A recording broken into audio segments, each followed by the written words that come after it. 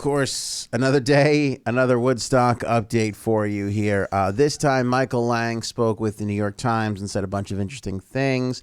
They also actually took some actions. And let's get into what exactly happened in the last 24 hours since we last spoke about this Woodstock / Fyre Festival saga.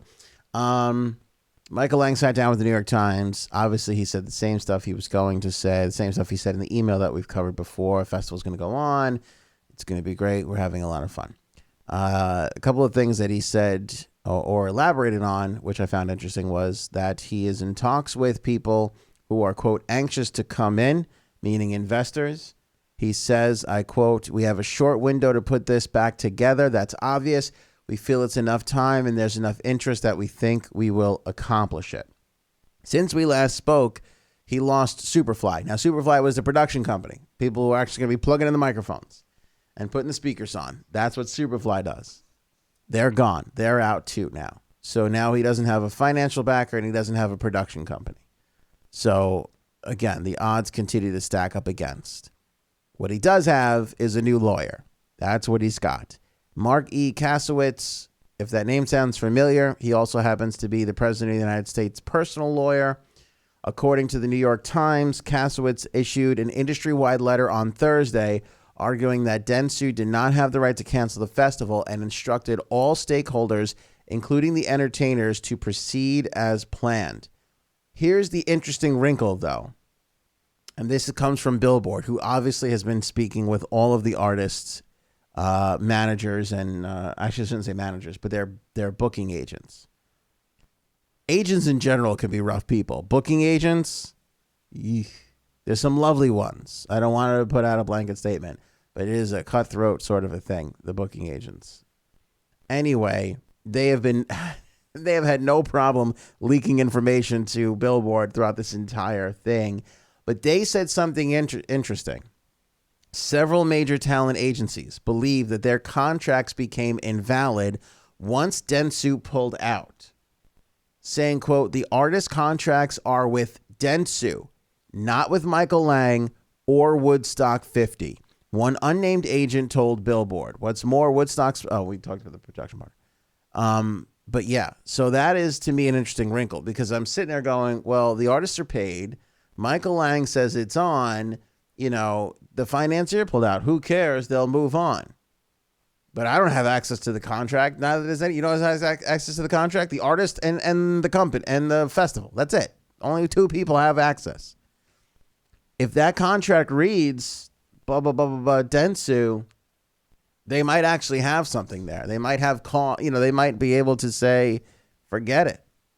I mean, the artist has been paid. By the way, artists get paid no matter what. You know, the festival doesn't happen. Sorry.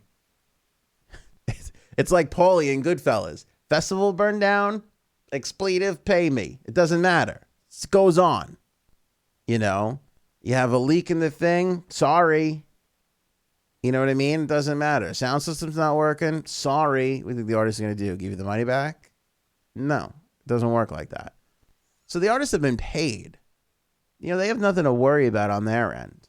But if I know a booking agent, like I do know a couple of booking agents, they're going to be all sitting there going, oh, we can book another date.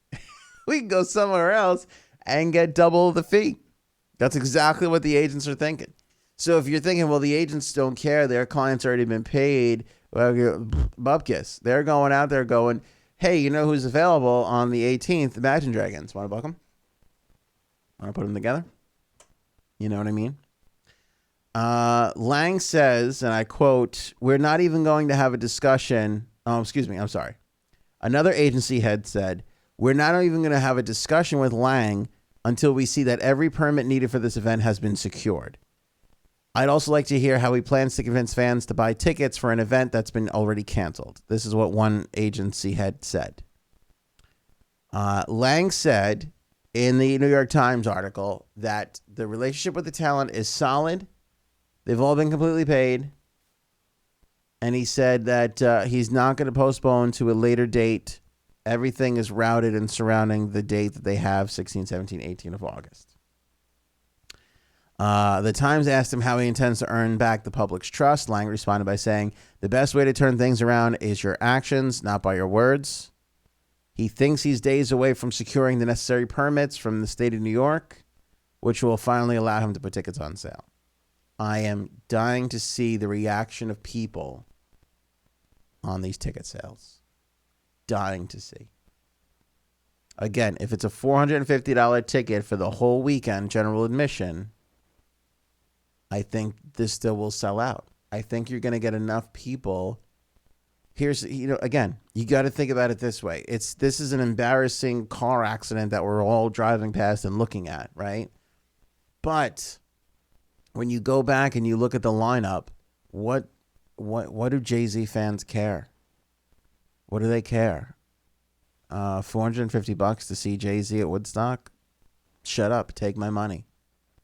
If you're a fan of the Killers, if you love the Lumineers, if you love the Raconteurs, if you want to stand in a field somewhere and watch Nathaniel Rateliff and the Night Sweats, Robert Plant, Santana, and the Raconteurs and the Killers all on one stage in one day, you're going to pay $450 for that ticket, especially if it gets you into the other days where you can see Dead and Company and Gary Clark Jr. The lineup is there, guys. $450 sounds crazy, and you're like, ants nuts, $450 is crazy. Is it? Is it, though? At $150 a day for the Killers, Santana, the Lumineers, the Raconteur, I don't think it's that crazy. Not at all. What was the price of a Coachella ticket? $429 for the weekend. $509 if you have a shuttle pass. I mean, this is the going rate for it. And by the way, you got to fly to Coachella. I'm looking at this from an East Coast standpoint. There's 16 million people 2.5 hours away. To sell 75,000 to 100,000 tickets, this is still going to sell out, I feel. I don't think this is going to diminish anything. Because the other thing on top of all else is they've been just collecting emails for a really long time over there at Woodstock.com, right? If you want to receive information on tickets, give us your email. So even though the buzz around the world right now is this thing is canceled, if they're sitting on 50,000, 75,000 emails already, which they probably are, they'll probably be able to convert a large amount of those people.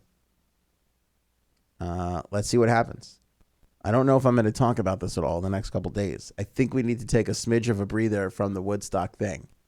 But I think all has been said. Next step and next time we talk about it is have the permits come through. And I think we'll know that by the fact that the tickets are on sale. And we'll see the ticket price. Until then, we'll give Woodstock a break. But this is the interesting wrinkle here is the agencies are looking at another chance to cash in on the same date for their clients. And if the contracts are with Dentsu and not Woodstock 50, that puts an interesting wrinkle in it. Now, I think Michael Lang has relationships long enough in the business and has people's respect that he can indeed pull this off. But this is a large mountain to climb. You got to get those permits in place, put those tickets on sale, find a production partner, and get somebody to give you the money. And we don't know if he has that. Because if he has people interested or not, he's going to come out and say he's got people interested in order to generate interest. And everybody who's willing to fork over money for this, which I think could still be pretty profitable for them, is going to turn around and go, well, why did Dentsu leave?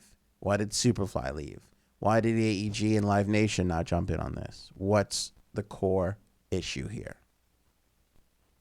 That's what we're going to find out.